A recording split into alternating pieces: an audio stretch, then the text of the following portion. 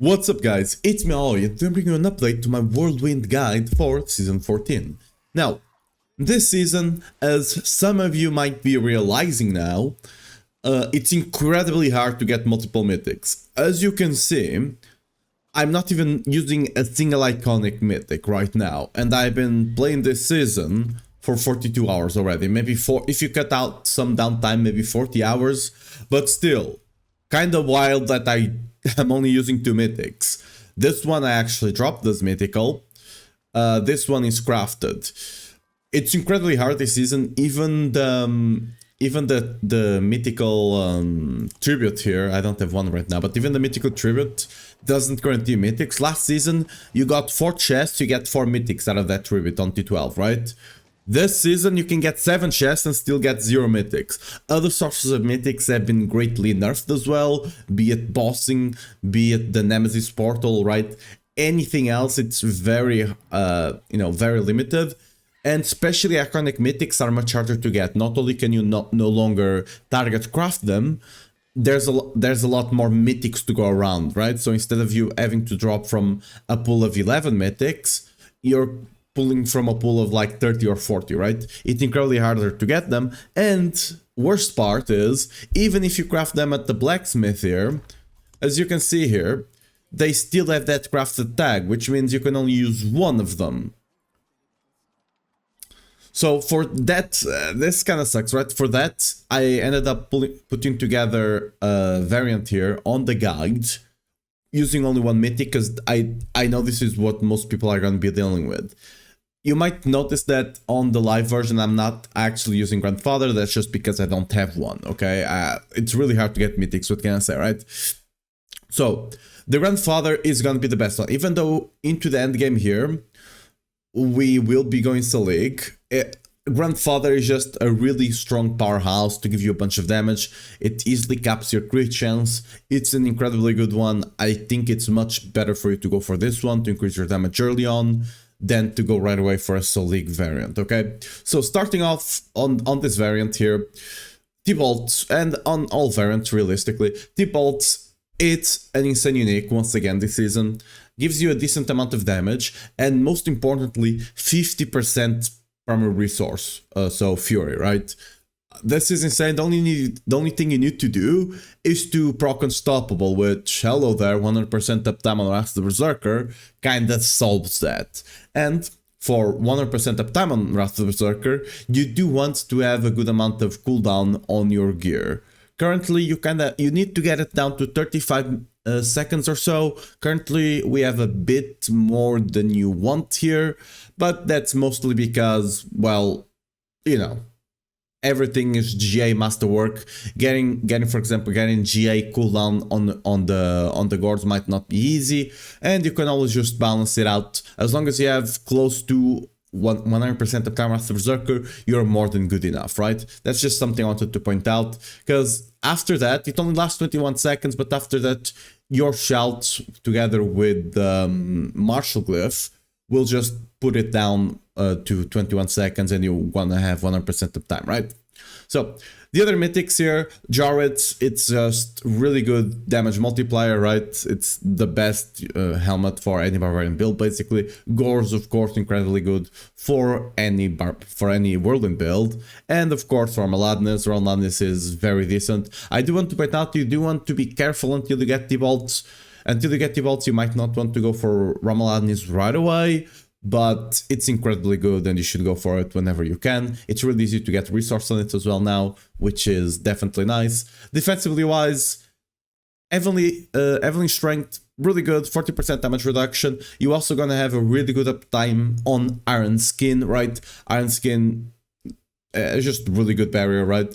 And on top of that, you're also running the Care rune right here, Baka. It has a very good uptime on the shield. Another thing you can do that I personally been doing this season, since I've gotten to a point that I just have way too much damage, I can kill Mephisto in like 20 seconds or so each phase at most.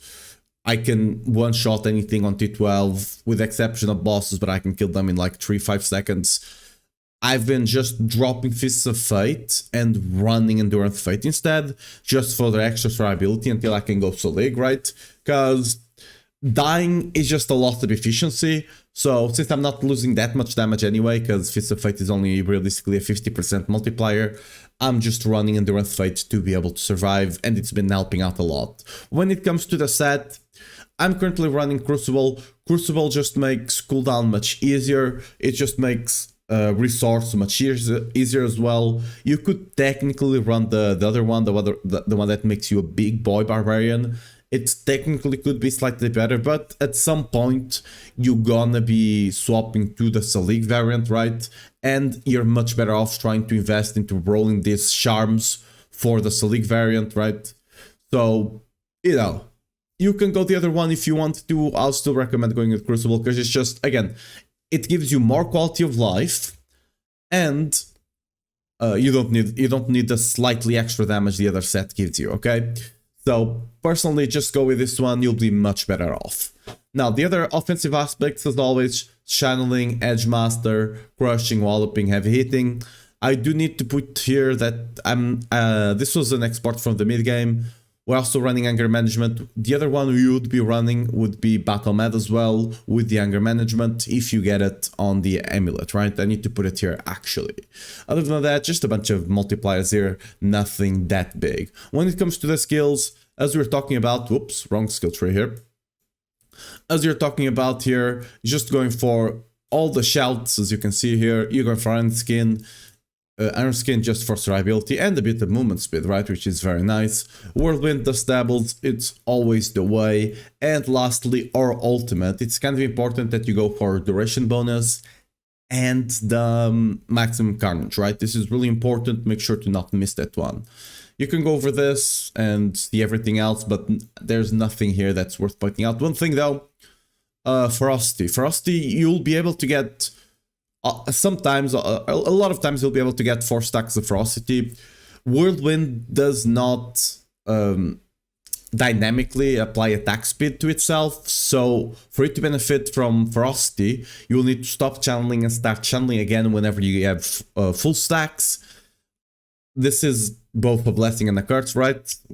Even if you lose full stacks, as long as you don't stop spinning, you'll have the attack speed, which is a very nice way to scale or damage this season. As you can see, I'm even taking some attack speed on the gear. I do have the attack speed breakpoints down here on the FAQ, as you can see. Look at them here. You're mostly going to be around this 4 here most of the time. Just make sure you just need to go a bit over the attack speed, right?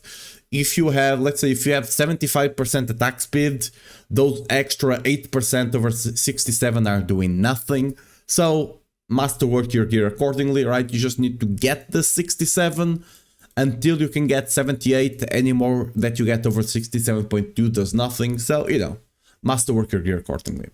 Anyway, you do have some loot filters here, but there's nothing to go over them. When it comes to the Paragon, you're mostly going, you're not avoiding life just yet because you're not playing the Selig variant, right? So you're just following this setup here.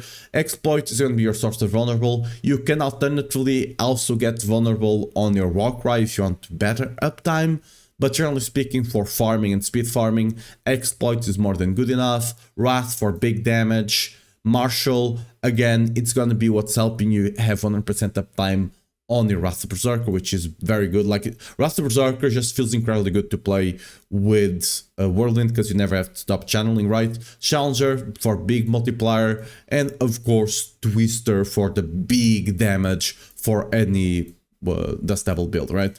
Other than that, we're running the boards we're running, of course, Starter. We're running the Warbringer one. The multiplier is decent, but you also get a good amount of Fury, which is the main reason we're running it. And it's also incredibly good for dexterity nodes. As you can see here, 75 is really good. Other than that, Flawless Technique, really good. It helps you cap your crit chance a bit and gives you big damage.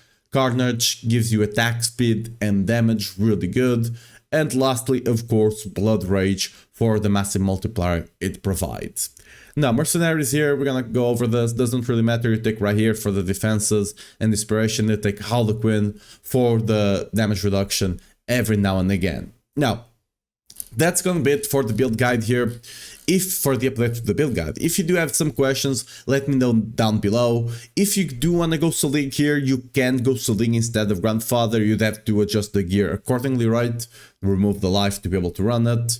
That being said, Grandfather is just a lot more damage, and I would not recommend swapping to Selig until you can have both Selig and Grandfather, alright?